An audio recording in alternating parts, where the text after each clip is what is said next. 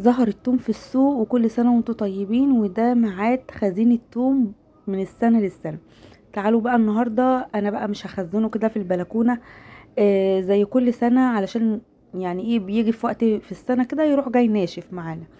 انا كنت مفرزة معاكم التوم من 6 سنين، وعلى ما اظن يعني انتوا شفتوا الفيديو بتاعي اللي انا كنت عاملاه معاكم، كنت اول حد اعمل لكم التوم البودر وافرز معاكم التوم بالشكل ده. وطبعا بما ان احنا خزناه مع بعض كتير، قلت ان انا اعيد نشره تاني ليكم. هجيب بقى التوم كده يكون لسه يعني مش ناشف قوي، وهروح جايه مقطعه كده بالسكينه بالمقص زي ما انتوا شفتوني في البدايه، العرش بتاعه او العود بتاعه كده اللي انتوا شايفينه ده. وهبدا ان انا افصصه كده الفصوص لوحدها، والورق بتاعه اللي انتوا شايفينه ده كده على جنب. تمام. هتعملي بيه ايه يا امان؟ احنا الحاجات اللي هي الخضرة اللي انتوا بتشوفوني بطلعها دي اللي هنعملها توم باودر يا جماعة. عايزة اقول لكم بجد وبأمانة ربنا ريحتها بتكون فظيعة، اقل حاجة فيها بتقلب الطبيخ معاكي اكنك حاطة راس توم كاملة. اقل القليل منها ما شاء الله بيدي كمية حلوة قوي. هنا قشرت خلاص كل الفصوص بتاعه التوم، واخدت العروش اللي انتوا شفتوني بفصصها دي وبطلعها ورقه منفصله عن الورقه التانية. وهبدا بقى ان انا احطها في صواني كده، مش صينيه واحده، هحطها في كذا صينيه علشان يبقى سهل ان هو ينشف معايا في الفرن. تمام. بقيت احط شويه بشويه كده واخلي النار عليه هاديه خالص والناسه، وكل شويه اقلب فيه شمال ويمين، وناخد بالنا مش عايزينه يتحرق معانا ولا ياخد معانا لون خالص يا جماعه. تمام. عبال بقى ما يكون خد اللون بتاعه اللي هوريهولكوا دلوقتي، هنروح جايين بقى جايبين الفصوص التوم اللي احنا قشرناها وفرمينها بالشكل ده عشان نفرزها معانا في الاكياس او في البرطمانات. ماشي، بتكون معايا في الفريزر من السنه للسنه، ما بيجرالهاش اي حاجه خالص يا جماعه.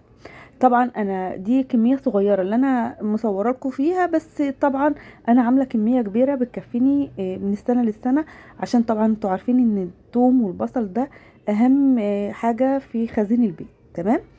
حطيت كده بعد ما فرمتهم، حطيتهم في قلب بوله، والمادة الحفظ بتاعتي حطيت عليهم كده شويه من الزيت زي ما انتوا شايفين كده، وقلبتهم، وحبه صغيرين من الملح. في المرحله اللي انا حطيت فيها الملح دي لازم بسرعه نفرزه في الكيس بالشكل اللي انتوا شايفينه ده، ونحطه في الفريزر بسرعه. ليه؟ لان احنا لو سيبناه بره هيصفي الميه بتاعته. وطبعا ما نقدرش نستغنى عن الملح وما نقدرش نستغنى عن الزيت، لان دي الماده الحافظه بتاعته. تمام كده. هخلص بقى كل الكميه بالشكل اللي انتوا شايفينه دوت، وهفرزها كلها تبقى كامله معايا.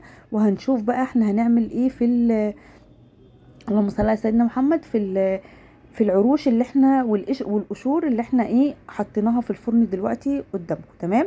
لو وصلتوا لحد هنا بقى ما تنسوش تصلوا على النبي كتير في الكومنتات، وما تنسوش تقولوا لي بتتابعوا الفيديو من اي بلد، بيسعدني جدا تعليقاتكم وكومنتاتكم. يا احلى واجمل اخوات في الدنيا. ودي كانت الكميه معايا، خلصتها اهو التفريز زي ما انتم شايفين كده. دول زي ما قلت لكم 3 كيلو من التوم بس. هنا بقى دي القشور اللي انا حطيتها علشان تتحمص. انا طبعا مولعه النور بتاع الفرن كده عشان تشوفوا يبقى ظاهر قدامكم اللون بتاعه وصلنا لحد فين. انا مش بديله لون خالص يا جماعه زي ما قلت لكم، انا مش بديله لون، انا عايزه بس القشور بتاعته دي تنشف عشان اقل القليل كده لما امسكها في ايديا بالشكل اللي انتوا شايفينه دوت الاقيها بتتفرفت معايا. تمام كده. تمام كده زي الفل. عايزه اقول لكم كمان لو التوم بتاعكم اخضر تقدروا تفرموه بالقشر بتاعه، مش هتبقوا محتاجين ان انتوا تقشروه زي ما انا ما قشرته كده دلوقتي. تمام.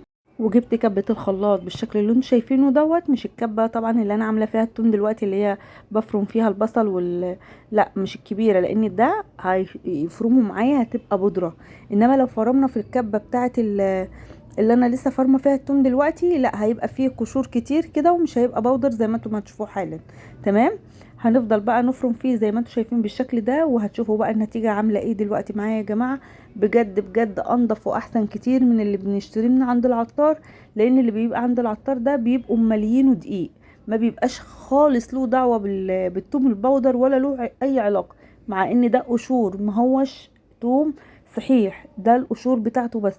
قلبت الدنيا، ريحتها كانت فظيعة في قلب البيت. هخلص بقى كل الكمية هنا وهرجع لكم تاني علشان ما اطولش عليكم الفيديو اكتر من كده. عايزه اقول لكم دي الكميه اللي انا عملتها من القشور اللي انتوا شايفينها دي، وكان في شويه كمان حطيتهم في كيس في قلب التلاجة. عايزه اقول لكم خلت ريحه التلاجة كلها توم. بلاش تحطوه في التلاجة يا جماعه. احتفظوا فيه بيه في برطمان كده على الرخامه في المطبخ. يا رب الفيديو يكون نال اعجابكم. ما تنسونيش من اللايك والشير والمتابعه للصفحه. كانت معاكم ايمان، واسيبكم في رعايه الله وامنه. كل سنه وانتم طيبين، مع السلامه.